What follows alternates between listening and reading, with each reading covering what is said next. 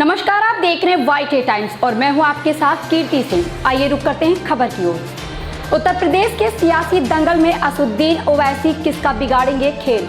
चुनावी दौर शुरू हुआ नहीं और यूपी की राजनीतिक पार्टियां और नेताओं में जोश बढ़ने लगा है और अब की बात तो यूपी के सियासी दंगल में हैदराबादी मियां बैरिस्टर असदुद्दीन ओवैसी साहब का जोश और गुस्सा दोनों बढ़ता दिखा।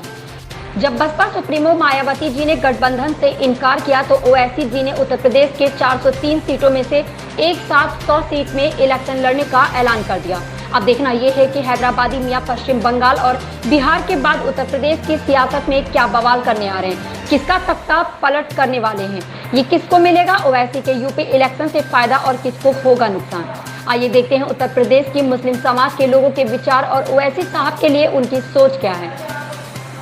अजहर हुसैन टीपू के साथ इस एपिसोड में ओवैसी किसका बिगाड़ेंगे खेल, आइए देखते हैं। नमस्कार।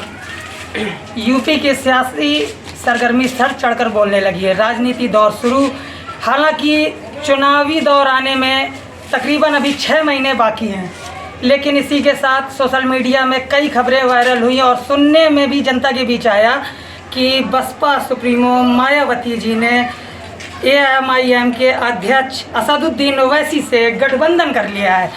हालांकि इसी गठबंधन की बात के फ़ौरन बाद मायावती बसपा सुप्रीमो ने एक खास ऐलान किया कि मेरा किसी पार्टी से कोई संबंध नहीं है और बसपा यूपी इलेक्शन को अकेले लड़ेगी। अब इसी के साथ फ़ौरन पलटवार हुआ। असदुद्दीन ओवैसी से खबर आई कि MIM उत्तर प्रदेश की 403 सीटों में 100 सीटों पे खुला इलेक्शन लड़ेगी। अब इसी के बीच में पहुंचा हूँ मौदा हमीरपुर की हैदरगंज बस्ती में, जो मुस्लिम बाहुल बस्ती और यहाँ मुस्लिम आबादी ज़्यादा है। देखिए, अब इसी के साथ मैं जनता से अपनी राय लेना चाहूँगा। ओवैसी का वार किस पे पड़ेगा भारी? बीजेपी में पड़ने वाला है भारी, और हमारा ये प्रदेश में बस हमारे अखिलेश भैया ही आना चाहिए और हम नहीं कुछ चाहते, तो क्योंकि उत्तर प्रदेश बहुत बेहाल हो चुकी है।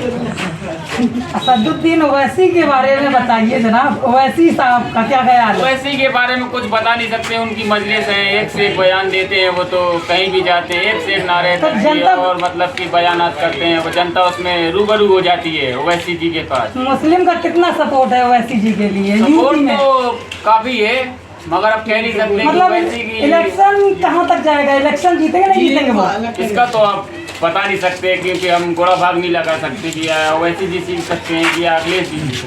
उत्तर प्रदेश का इलेक्शन 2021 में AIMIM के राष्ट्रीय अध्यक्ष असदुद्दीन ओवैसी 403 सीटों में 100 सीटों पर इलेक्शन लड़ रहे हैं। अब इस इलेक्शन से किस पार्टी को इसका फायदा पहुंचेगा और किसको नुकसान? सीधा फायदा जो है बीजेपी को होगा, क्योंकि पिछले वर्ष भी जब बिहार में चुनाव हुए जिस तरीके से, तो आम जनता इस चीज़ को समझ चुकी है। जिस तरीके से बीजेपी अपना षड्यंत्र और अपना कैलकुलेशन करके ओवैसी को मैदान पर उतारती है, तो पब्लिक के समझ में आ चुका है, आम जनता की समझ में आ चुका है। और सीधा नुकसान जो है बहुजन समाज पार्टी और समाजवादी पार्टी और अन्य दल जो हैं चुनाव मैदान में उतरेंगे, जो मुस्लिम वोटर के मतलब जिन्हें मुस्लिम वोटर से ही जीत होती है, उनका नुकसान ज़्यादा होगा ओवैसी के यहाँ उतरने से।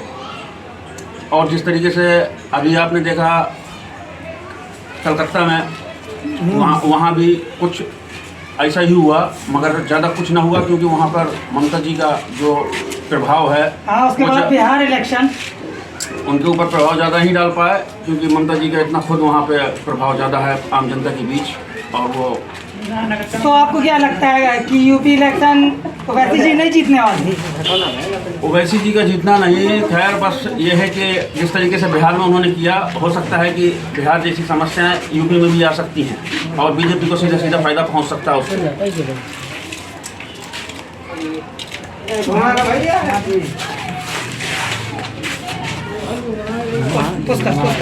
2021 का इलेक्शन में असदुद्दीन ओवैसी साहब 100 सीटों पे इलेक्शन लड़ रहे हैं। अब ये इलेक्शन किस पे भारी पड़ने वाला है? ये इलेक्शन फिलहाल तो सारी जो अदर पार्टियां हैं, जाहिर सी बात है उन पर भारी पड़ेगा, क्योंकि ये AIMIM जो है असदुद्दीन ओवैसी साहब आ रहे हैं, इससे जाहिर सी बात है मुस्लिम वोटर जो है चारों तरफ भटकेगा।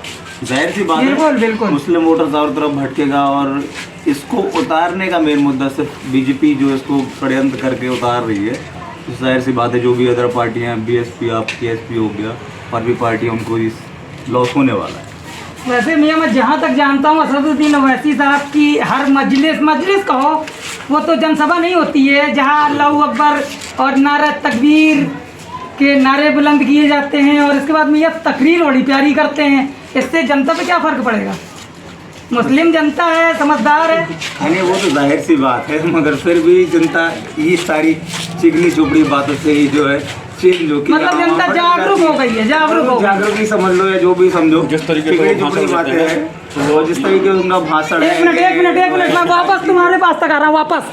हाँ बताइए क्या कह रहे थे? जिस तरीके से वो भाषण देते हैं, तकरीर उनकी जिस तरीके से ओवैसी साहब भाषण देते हैं, मेरा समझ से उनका जो आंध्र प्रदेश है वो उनके लिए सुरक्षित है, ना कि यूपी में चुनाव जो है जिस तरीके से लेकिन अब तक वो मैं तो- देखता चला रहा हूँ कि जातिवाद पे चुनाव होते चले आ रहे हैं या हिंदू मुस्लिम पे चुनाव होते चले आ रहे हैं, तो उससे जो है ज़्यादा से ज़्यादा ओवैसी के यूपी आने से ज़्यादा बीजेपी को फायदा होगा।